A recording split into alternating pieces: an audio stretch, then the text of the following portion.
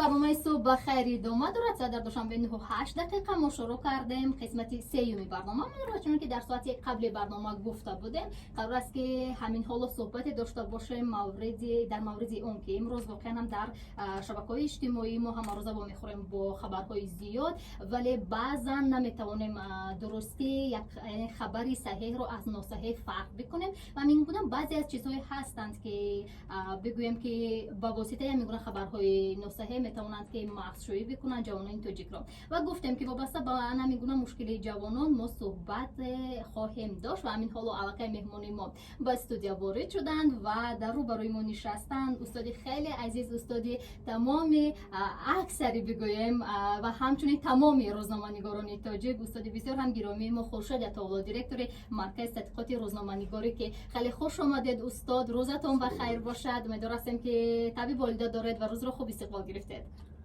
سلامت باشید، تشکر برای و استاد میخواستیم که اولا درباره این صحبت بکنیم که امروز مثلا در همین روزها و چند روز که 10 روز است فکر میکنم که در شبکه‌های اجتماعی بیشتر خبرها وابسته به آن همون جنگ بین حماس و اسرائیل بگیم جریان گرفته ایستاده است و هر یک در شبکه‌های اجتماعی میتواند که به طور بگیم فوری یا خبری زود همین گونه یک خبر رو نشر میکنند و امروز چگونه وابسته به همین موضوع میخواستیم یک کمک حرف بزنید و چگونه مثلا ما و اون نفرانی که شاید که نه اونقدر معلوماتی بیشتر دارن درباره این دو دولت درباره اون که چی صورت گرفته ایستاده است در میان این دولت و چگونه میتوانند که فکت های عمیق و دلیل های عمیق رو بشناسند و فرق بکنند. سلامت باشید. اصلا در مورد به اصطلاح فکت چکینگ یعنی که تفتیش دوباره دلیل و ارقام پیشنهاد نشده، این چیزی نو نیست.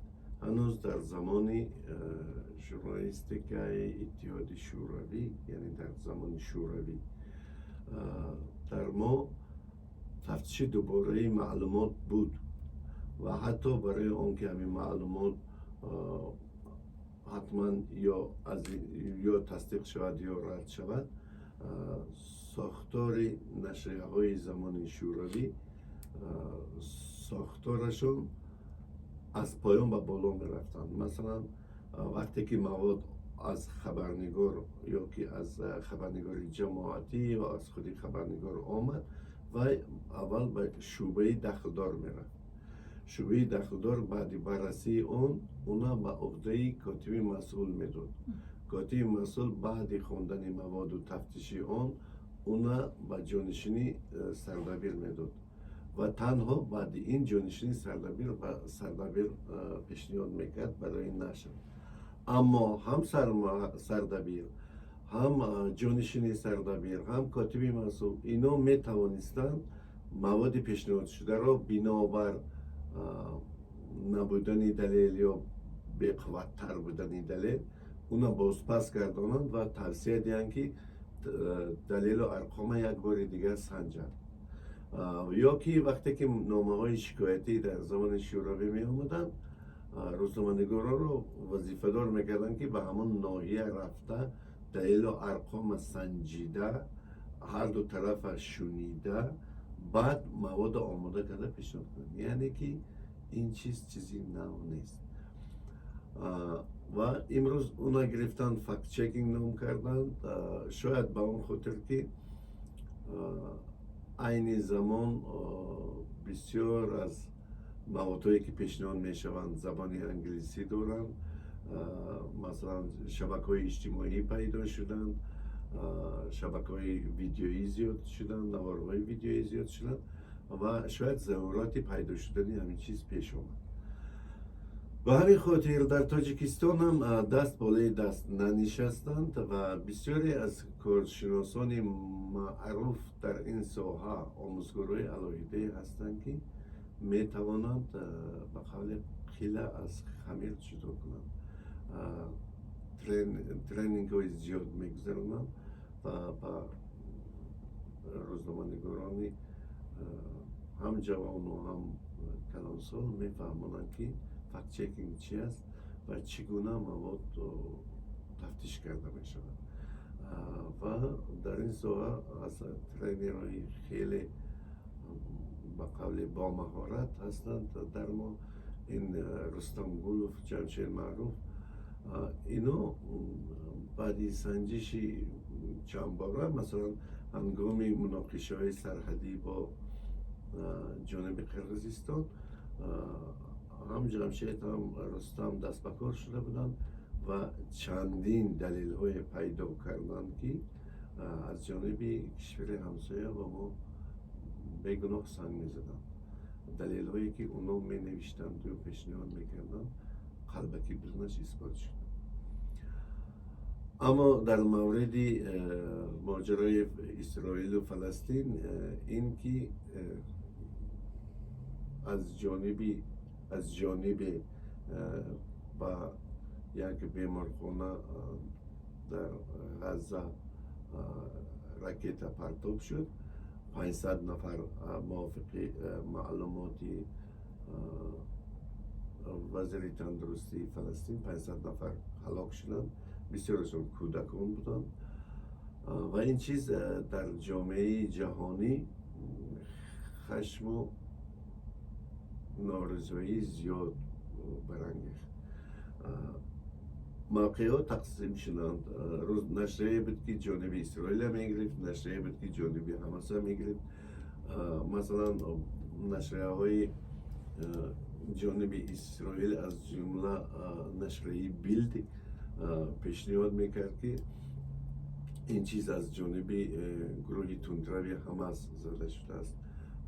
اون راکتی که اونو پرتاب کردن با جانب اسرائیل باید میرفت، ولی در خطا رفت و به بیمارخانه زد. اما جانب حماس یا نشریه های عربی دعوا میکنن که این گونه نیست، این چیز از جانب اسرائیل زده شده است و اونها هم دلایل خود پیش میبرند. و در اینجا فقط یک چیز کمک کرده میتواند، این فکت چکینگ، معاین کردن همه اون نوزگی‌ها که هستن. و باید گفت که فیک های قلبکی یا که دروغین استفاده اونها در ماجرای بین کشورها بار اول نیست، مخصوصا در ماجراهای حربی. ببینید که در ماجرایی که بین اوکراین و روسیه صورت گرفته بود، چندین بار عکس‌های استفاده شدند، هم از این جانب هم از آن جانب، که بعد معلوم شد که این عکس‌ها از مثلا جنگ در سوریه گرفته شده است. زدن چند راکت، این گونه حالت‌ها زیاد بودن و همه این ما رو به چی وادار میکنه؟ ما رو به آن وادار میکنه که ما برای پهن شدن همین گونه معلومات دست به کار باشیم، آماده باشیم، متخصصان داشته باشیم که قلبکی یا درست بودن معلوماتی که نسبت کشور ما پهن می شود سنجیده توانند، حرف خود گفته توانند، از موقع کشور خود دفاع کرده توانند. بله، تشکر زیاد استاد. و واقعا هم درست گفتید و در اون که مثلا با واسطه چنین یک خبرهای ناصحیح میتونن که مسئول بکنن جوانان را، و چون ما درباره همین گونه مشکل جوانان حرف میزنیم، مثلا یک جوان تاجیک، یک استفاده برنده شبکه‌های اجتماعی وقتی که سر میزند به شبکه‌های اجتماعی و اونجا خبرهای خیلی زیاد رو میبینه که چی از جانب نمیدونم یا یگان سامانه هست، چی از جانب شخصانی علیحده است، با کدام نشانه ها میتواند فرق بکند که این خبر دروغ است؟ چگونه میتواند شناسد؟ ببینید، همین در سالهای خیلی پیشتر همین یک چیزی عادی بود که همین ژانر خبر بر کدام سوال جواب میده؟ سوال چی، کی، در کجا. اول ما باید معلوم کنیم که وای چی است، یعنی عکس از کدام آزیر دستگاه‌های برای استفاده میشوند که معلوم میکنن که همون عکس کدام وقت گرفته شده است. اگر در اینترنت استفاده شده است یا نه. اگر استفاده شده باشد، همون ثابت می شود که همین عکس بار اول در اینترنت فلان وقت استفاده شده است. این یک دلیل. کی سنش در کدام ماجرا در کجا استفاده شده است. این چیز از روی انا همین دستگاه های تکنیکی هستند که همین چیز معلوم میکنن که عکس بار اول استفاده شده است یا بار دوم است تازه است یا که مهلتش پیشتر است مهلت استفادهش. برای این یک دوم اینکه متخصصان لازم هستند که به این کار پورا به همین کار مشغول شوند، یعنی به کارهای دیگر نیبو تنها به جنبه فکت چکینگ. برای اینکه این جنبه هم باید آموزش طلب میکنند، برای اینکه تکنیک روز به روز پیشرفت است باید همه اونو از خود کنند، همه دستگاه های دانند و همه این یک بار دیگر هشدار میدهد که نه تنها اون نفرایی که همچون ترینر برای معین کردن باطل و حق از این دستگاه استفاده میبرن، بلکه هر یک روزنامه‌نگار هم باید تواند این چیز استفاده کرده، این چیز داند سنجد. و چندین ترینینگ هایی بودن که با اجرانستان راهی بازآموزی این چیز به هر یک روزنامه‌نگار در علاهیدگی نشان میدونن. بله، یعنی که در این سمت باید که نقش روزنامه‌نگاران خیلی زیاد باشه، یعنی آنها با معلومات صحیح پر بکنن فضای اطلاعاتی رو تا مردم دیگر معلومات نادرست رو پیدا کردن نتوانن این شناسن. بله، همین جنگ فلسطین یادآور شد. ببینید بعضی چی هستن، بعضی نوارهایی که هم از غزه هم از اسرائیل استفاده میشوند ممکن که نوارهایی باشن که سالهای پیش باشن. آخه جنگ فلسطین و اسرائیل روزی اول نیست، از سال 60 چند باز اینو بین دیگر زیدیت دارن، شاید همون نوارها باشن، لیکن به خاطر ناخن زدن به احساس دینی اونها هر دو جانب از این استفاده میکنن. اینا کی میکنن؟ اینا اونهایی میکنن که مثلا اونهایی میکنن که ناآرامی میبینن در همین چیز، سرمایه جمع کردن میخوان از ناآرامی مثلا دو کشوری استفاده میکنن، از این چیز استفاده میکنن و اون جوانان چی خونگرمی که به اصطلاح ما داریم البته میگن که ما میخوایم که فلسطین به فلسطین رویم، در فلسطین جنگ کنیم و اون روشن فکرانی که یک اندازه فراستی درکی بازی سیاسی دارن این چیزا پیغام تکرار میکنن که به این چیزا دودا نشوه، به این احساسات دودا نشوه، به احساسات دینی، زیرا پایانی همه جنگ خواهید نخواهید عاقبت صلح است.